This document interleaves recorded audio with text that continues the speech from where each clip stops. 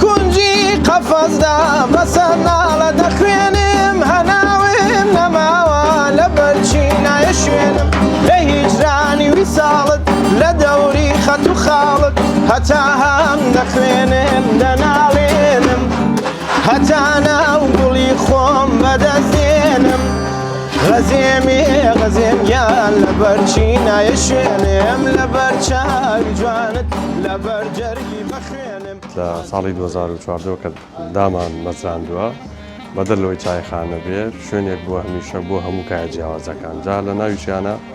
هونەر ڕۆڵێکی زۆر باشی ئەوانەی کە دڵنیان خۆشەوانی کە میوزیسیانن ئەوانەی کە بەهرەیەکی هونەریان تیا ئێریان کرۆ بە بنکەیەک بە شێوازێکە ماڵی دووەم بێت لە درێژەی کار و چالاکانە لەگەڵ بەرەوپێشوونی مستەوای میوزیکی ئەو گەنجانەی کە لێرەن یا وەرانی بێژانە یا و دەنگخۆشانەی کە لێرەن چالاکانی ئەوەش شکڵ و شێوەی زیاتر و جوانتری کردووە ئێوە هاتوون کە بە چای خۆتان بۆ ئەبینن کە کۆمەڵەیە بڕکە و شتی جوانی هونەری ئەو تێ دیارە ئەمە خۆی ڕنگدانەوە و کاریگەری زۆر باشی هەیە بەدەر لەوەی کە چایخانە بێتەوە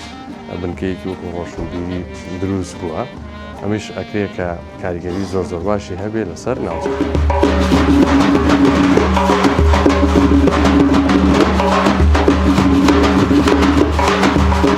ئێمە لە چایخانەی میلەت کۆمەڵێ لە ئیش هونەرەکانمان نەخەینێرە لەبەری چایخانەی میلەت ماڵێکە بۆ هەموو چین و توێژەکان زۆرینەی ئیشە هونەرەکان لێرە ینی ئەنجام ئەدرێ و پاڵپشتیمان ئەکرێت لێرەوە و دەستی و برادرانە خۆش بێکەوە پاڵپشتیمان ئەگەن لەلایەنی هەموو شتێکەوە. چایخانەی میلەت جگەلەوەی کە چایخانەیەکە بۆتە ناوەندێکی ڕۆشنبیری و کولتوری بۆ ئێمەی گەنجان کە تێیدا ڕۆژانە پرۆڤەی کارە موزیکەکانمانەکەین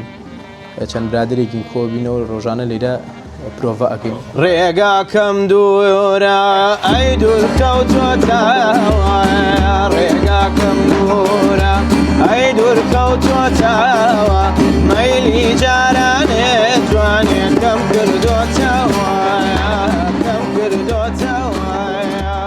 چایخانەکان یەکێکن لەو شوێنانەی کە وەکو ناوەندێک بۆ گواستنەوە و ئاڵوگۆڕکردنی ئەو مقامە ڕەسەنانی لە بینی مقام خوێن و ئوستادە مقام خوێنەکان ئەوانەی کە پیانەوە تێ خوێنەری مقام یا چڕەری مقام ئەو چایخانە ئەو دەورەی بینیوە لە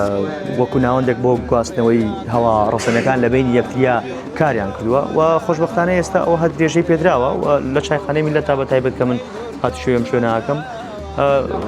کۆ دەبینەوە لە دەوری یەک و جیل بە جیل دەستا و دەستی ئەو هەوا ڕەسەنانەکەین کە لە ناوچەکەی وەکو شوناس یاخود وەکو مۆرکێک وەکو توخمێک بۆ پاراستنیێتەوە کەمان شوناسێکن بۆ ناوچەی گەرمیان لە بینی یەکتریا ئاڵوگۆڕێکەکەین قسەی لەسەرەکەین بۆتە ناوەندێک بۆ کۆکردنەوەی هونەرمەندەکانی گەرمیان.